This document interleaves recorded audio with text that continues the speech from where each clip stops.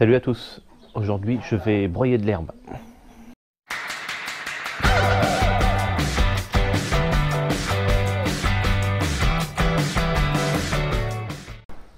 Alors, on s'est rendu compte en soufflant les grilles que celle-ci, tu vois, elle ne tient plus.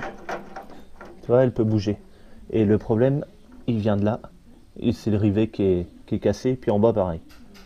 Et le problème de ça, ce qu'il y a, c'est que les pluches peuvent rentrer dedans et boucher le radiateur. Donc là, ce qui va se passer, c'est qu'on va d'abord enlever le vieux rivet qui est cassé, puis on va en remettre un autre. Attends. Tu vois, ça a de la peine à passer. T'es à peine en face, tu vois. Si, ça y va. C'est bon ça? Ouais. Bon, on va essayer dessus? Ouais. Ça bouge plus. Au suivant. Ouais, bah l'autre il passera pas avec les masses là. Oh merde. Donc le micro de ma caméra ne marchait pas pour cette séquence. Donc là en fait on a découvert que la grille du dessus là, elle gigotait un peu. Alors elle n'était pas défaite, mais on a préféré faire sauter les rivets et puis en remettre des rivets en plus. Donc ce que je montre avec le doigt là, c'est une rifteuse pneumatique. Donc là en fait j'étais en train d'expliquer qu'on s'en était servi pour faire ça et que la petite à la main avait été utile pour faire le rivet en dessous, car à cause des masses du tracteur on n'avait pas la place. Alors là on remet le rivet avec la rifteuse pneumatique.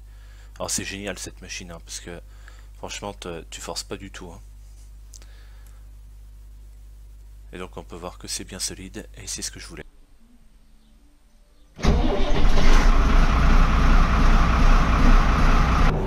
On est arrivé dans le champ. Donc là je suis en train d'enlever, alors on appelle ça des poupées. C'est ça se met autour des marteaux. Alors ça s'appelle des marteaux ça. Et donc je les enlève parce que ça donne... Mais bon Dieu, tu vas tourner le machin là. Il y en a encore une là, puis après c'est bon. Alors je les enlève, toutes ces poupées là, parce que ça donne, ça peut donner, puis ça en donne d'ailleurs, du balourd au rotor. Et ce qui fait qu'il sera plus équilibré. Et un rotor qui n'est pas équilibré, ça crée beaucoup de vibrations et ça peut détériorer à l'issue les roulements qu'il y a là et puis l'autre à l'autre bout. Sans compter effectivement que ça détériore les roulements, mais que ça fait déboulonner tous les boulons à force de vibrer. Enfin, ça peut engendrer plein de choses. Et les vibrations sont retransmises au tracteur qui lui aussi peut subir des effets de cette vibration importante. Donc ce broyeur là il fait 3 mètres, il est entraîné que par un côté. Maintenant c'est plus fait comme ça, tu as la prise de force là-bas, ça revient ici, là il y a une poulie, là il y a une poulie, des courroies. Alors il y a plusieurs courroies, il y en a 4 ou 5 courroies qui entraînent le rotor. Les broyeurs maintenant ont eu un double entraînement en fait, c'est-à-dire qu'il y a un entraînement par ici et il y a la même chose de l'autre côté pour limiter les efforts des courroies. Parce que là, je te garantis que les courroies apprennent cher. Hein. Et apprennent d'autant plus cher, c'est que d'habitude, on broie avec le New Holland, qui fait 160 chevaux.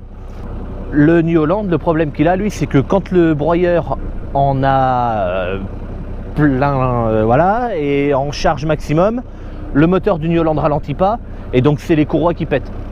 Avec le 115, ça va beaucoup mieux. Quand le broyeur en a trop, le moteur du 115 ralentit, donc bon là je m'en rends compte tu vois, mais c'est vrai qu'avec le New Holland c'est compliqué, le moteur ralentit pas, donc tu roules hein, puis au bout d'un moment voilà, plus de courroie. Allez bon on va mettre en route.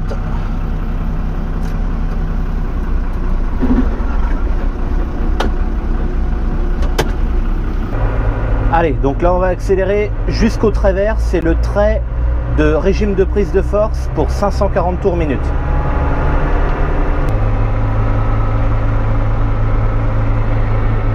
Allez, c'est bon, on y est à peu près.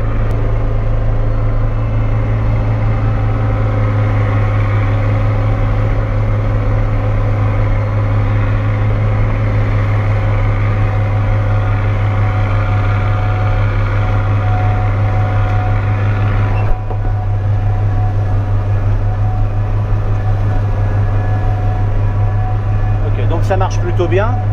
Là je suis en train de broyer essentiellement du régras. Tu peux voir des chardons là un peu plus loin. Et voilà, on est arrivé au bout. Alors j'ai pas besoin de lever quand j'arrive au bout, il y a les roues derrière suivent parfaitement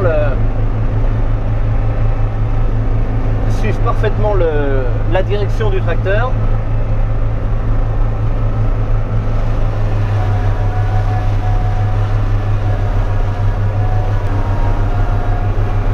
Alors je sais pas vraiment à combien je roule parce que si tu veux mon indicateur de vitesse, donc ça il n'est plus correct maintenant.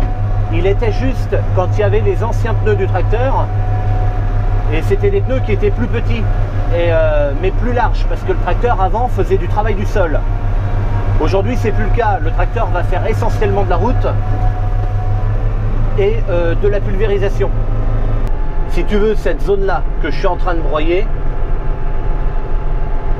je n'ai pas pu récolter le colza dedans parce qu'en fait le colza, tu peux le voir, n'a pas poussé, il a totalement disparu dans cette zone là. Alors en fait ce qui s'est passé, c'est pas compliqué. Ici la parcelle fait 28 hectares à peu près, ça a été semé en colza avant le 15 août l'année dernière, 2017, et c'est comme ça, les colzas ont levé. Et ensuite dans ce champ là il y avait du lupin, c'est un champ voisin, et juste après, alors on le voit pas très bien, mais pas loin après là, il y avait du maïs, c'est encore un champ voisin.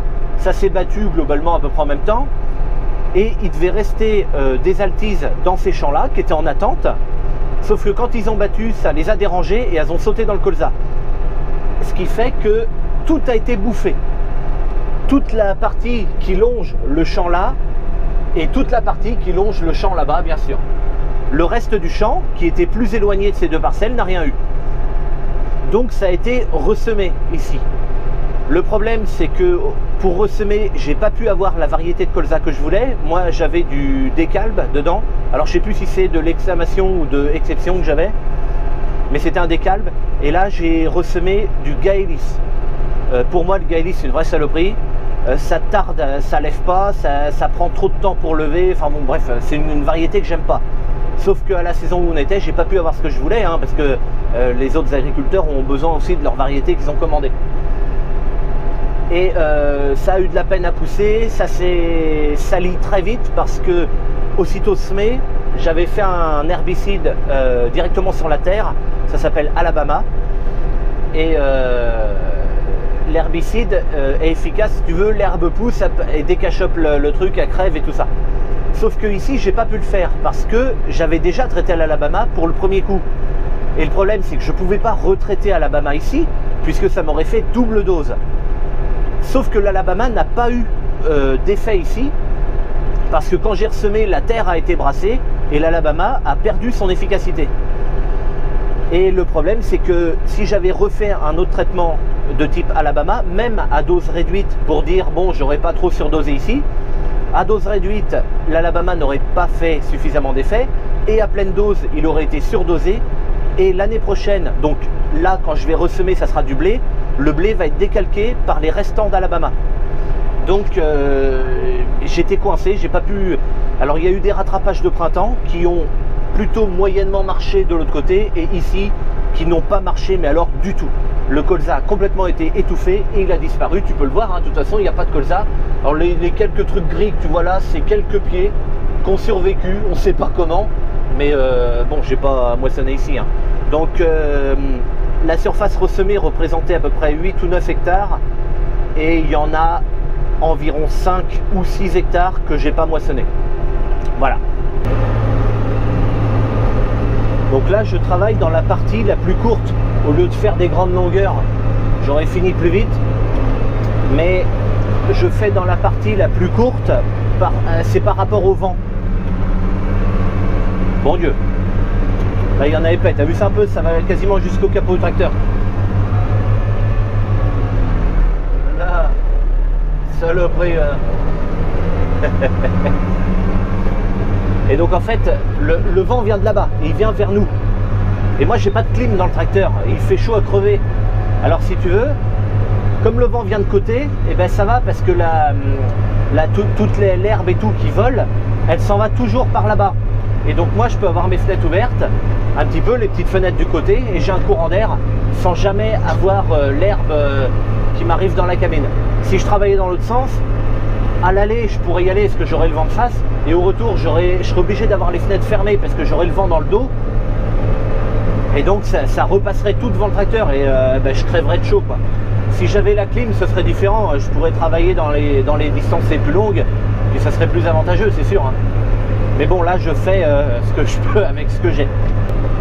Alors la deuxième raison aussi pourquoi je préfère faire comme ça avec le vent, c'est que quand j'ai le vent dans le dos, tout retourne sur le tracteur, et du coup le tracteur, ben, les grilles peuvent s'obstruer plus vite avec ben, tous ces petits paillagis là d'herbe. Bon ben tu vois, on en parlait juste avant, le vent vient de tourner, donc du coup je recommence à prendre des grandes longueurs. Ben, j'aurais mieux fait d'en causer avant.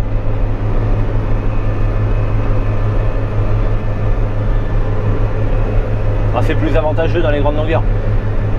Donc là, pourquoi je broye? Parce que j'aurais pu me contenter aussi de passer un coup de glyphosate et puis allez hop quoi.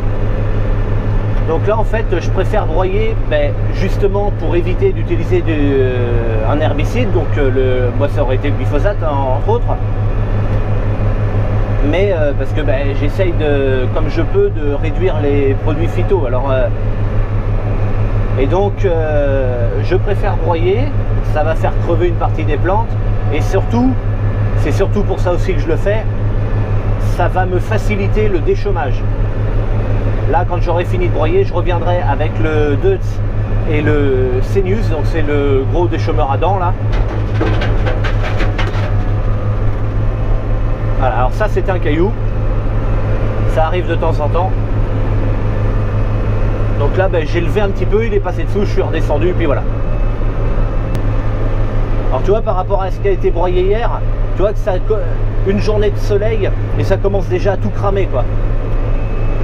Donc c'est bien. C'est bien, c'est ce qu'il faut. Moi je transpire comme un fou là-dedans. Oh merde, je rallume la ventilation, moi j'en peux plus. J'ai amené ma bouteille de flotte. Elle est sur le frein à main.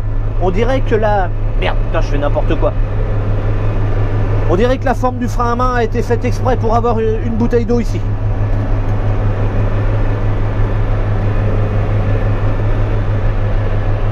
Il fait chaud, il fait chaud.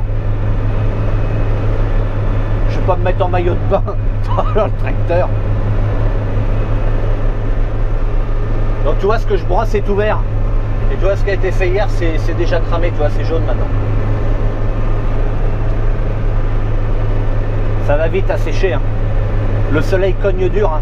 Là on a eu des températures à 33-34 degrés. Donc forcément, surtout de l'herbe en plus qui a été coupée, qui est abîmée, comme ça sèche d'autant plus vite. Bon allez, il y a encore du travail. Moi je te dis à bientôt pour une prochaine. Allez, salut!